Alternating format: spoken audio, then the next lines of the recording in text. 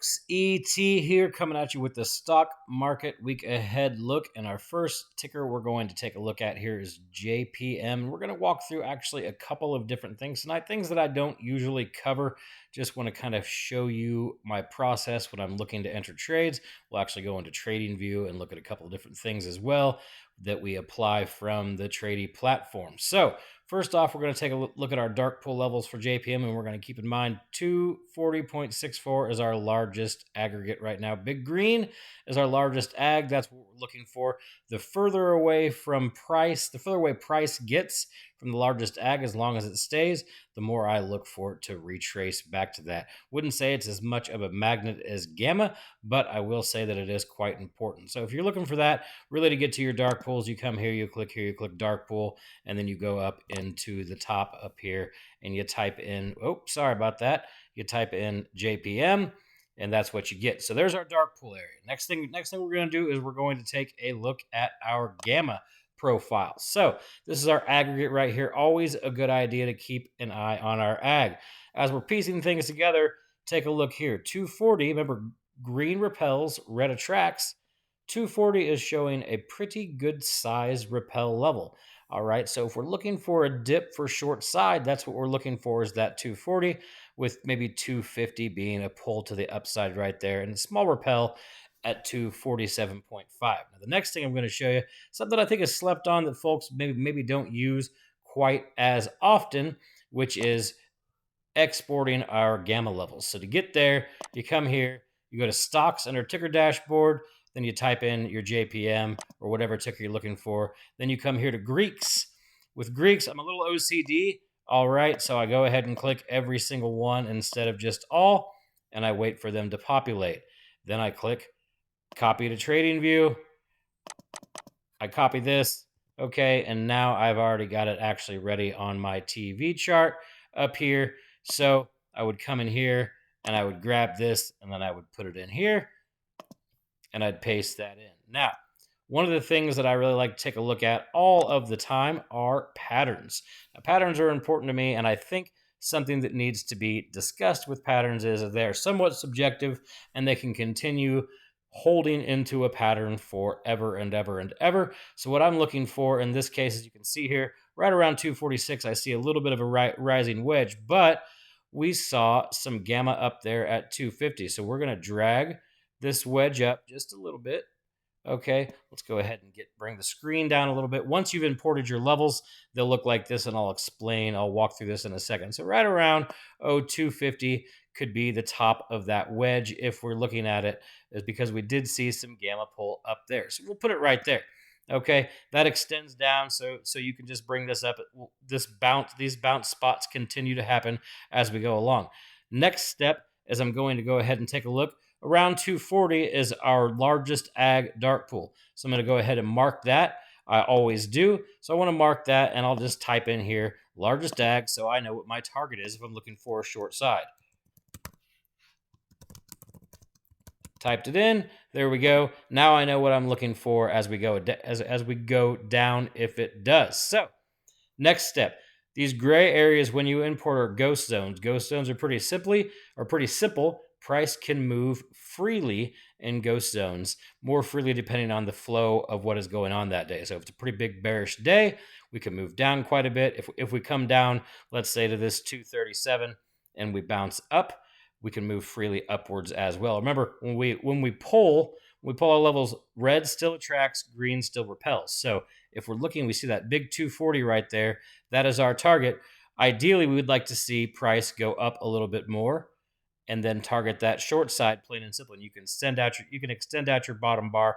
I leave these on and just move them along until we get to that point where it's a make or break, and then I recheck data. So right now, JPM looks to me, as long as we get a little bit more upside, like a short down to this 240 level. Now, when looking for this, I'm not looking for exactly 240 for my cons.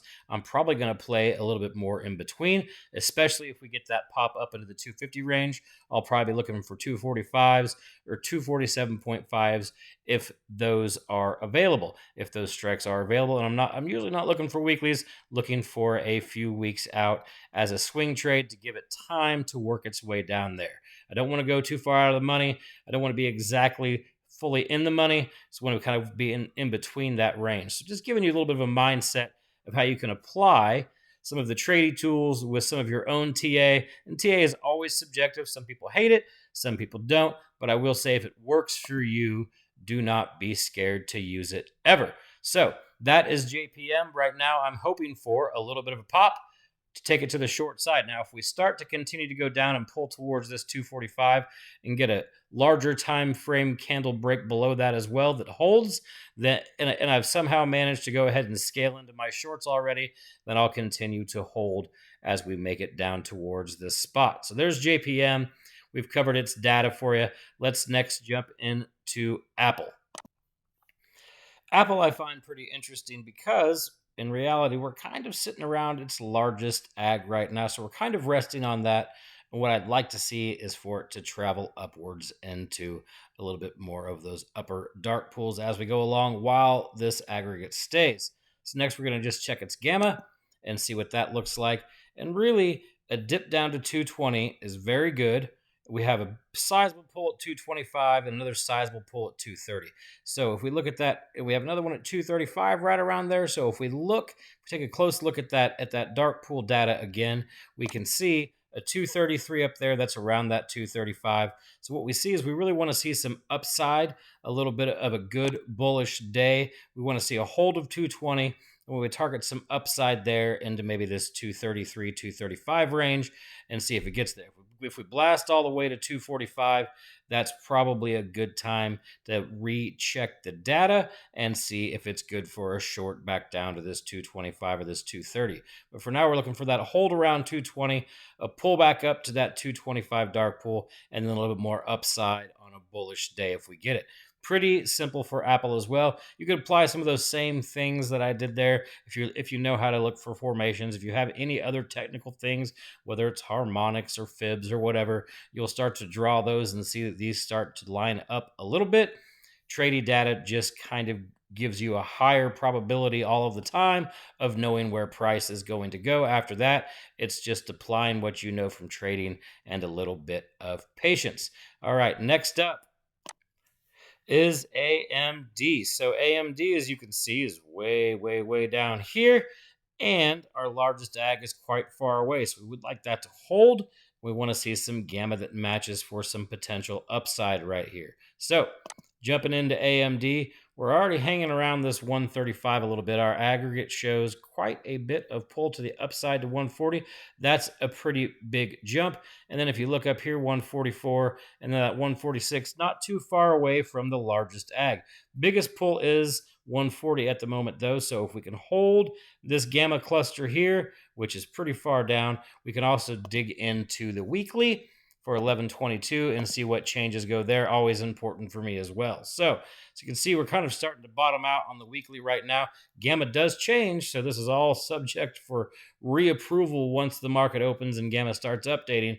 But we've still got that largest pull, even though it's not very big, around that 141 and then this 146 huge repel level here. So if price manages to get over 146, got a lot of room up, some decent pulls, but biggest is still 141. So ideally, we hold this 135-ish area, maybe 133-ish, and then pull back up towards this 140, 141 area. Just an easy apply. Now, IV might be a little higher on AMD this week because NVIDIA has earnings this week as well. So it could just by proxy have a little bit higher IV and a bit more of a dangerous play, which is probably why we see some thinner gamma just on the weekly, but the ag does show pretty good size pulls to the upside now for this time. So that is all for now. Hopefully this was all helpful and kind of gave you a little bit more of an in-depth walkthrough of how to take some of these tools and bring them into TradingView and get a little bit better idea based on how else you trade.